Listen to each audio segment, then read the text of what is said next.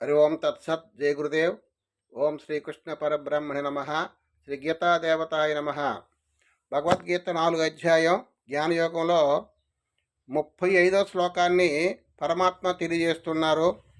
యజ్ఞాత్వా న పునర్మోహం ఏవం యాసశిల పాండవ ఏన భూతాన్యశేషేణ ద్రక్ష్యస్యాత్మన్యధో మహీ.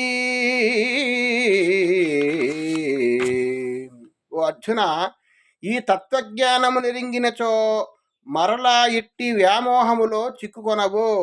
ఈ జ్ఞాన ప్రభావముతో సమస్త ప్రాణులను నీలో సంపూర్ణముగా చూడగలవు.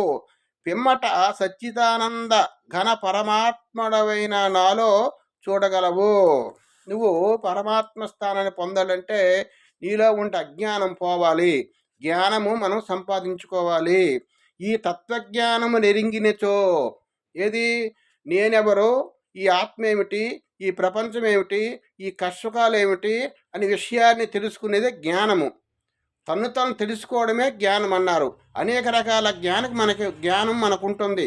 అదేంటిది? సాంఘిక భౌతిక జ్ఞానము, శాస్త్ర జ్ఞానము, అనేక రకాల జ్ఞానాలు ఉంటాయి మనకి. అంటే జ్ఞానం అన్ని జ్ఞానమే, కానీ ఆధ్యాత్మిక జ్ఞానం అనేది గొప్పది. తన్ను తాను తెలుసుకోవడమే ఆధ్యాత్మిక జ్ఞానము.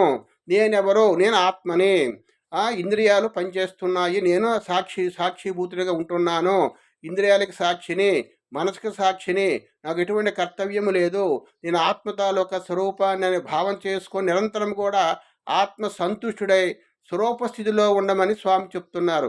ఆ విధంగా తెలుసుకోవడమే తత్వజ్ఞానము. మరలా ఇట్టి వ్యామోహములో చిక్కుకొనవు. ఎప్పుడైతే జ్ఞానం కలిగిందో మన మోహంలో చిక్కుబడి ఉన్నాం.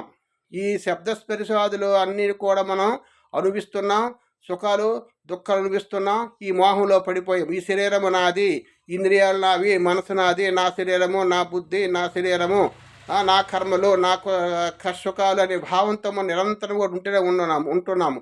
కాబట్టి ఈ విషయాన్ని తెలుసుకుంటారు. జ్ఞానం కలిగిన వాళ్ళు ఏం చేస్తారంటే, ఈ ఇంద్రియాలతో నా సంబంధం లేదు, నేను ఇంద్రియాలకు అతీతుణ్ణి, మనసుకు అతీతుణ్ణి, బుద్ధికి అతీతుణ్ణి, అకర్తను, సాక్షిభూతుని అని తెలుసుకొని ఏ కర్మ అయితే మనం చేయాలి, ఏ కర్మ చేయకూడదని జ్ఞానం మనకి కలుగుతుంది.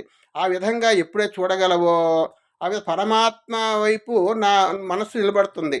ఎప్పుడైతే వీటిని మనం దూరంగా పెట్టామో అప్పుడు పరమాత్మ ఎందు మనకు మనసు కలుగుతుంది తప్ప అన్ని వ్యవహారాలు కూడా మనం తలదూచితే మనకు దేవుని ఎందు మనకి మనసు కుదరదు. ఆ విధంగా నువ్వు తెలుసుకోమని, తత్వజ్ఞానం తెలుసుకోమని పరమాత్మ తెలియజేస్తున్నారు. అది ఓం తత్సత్. జై గురుదేవ్.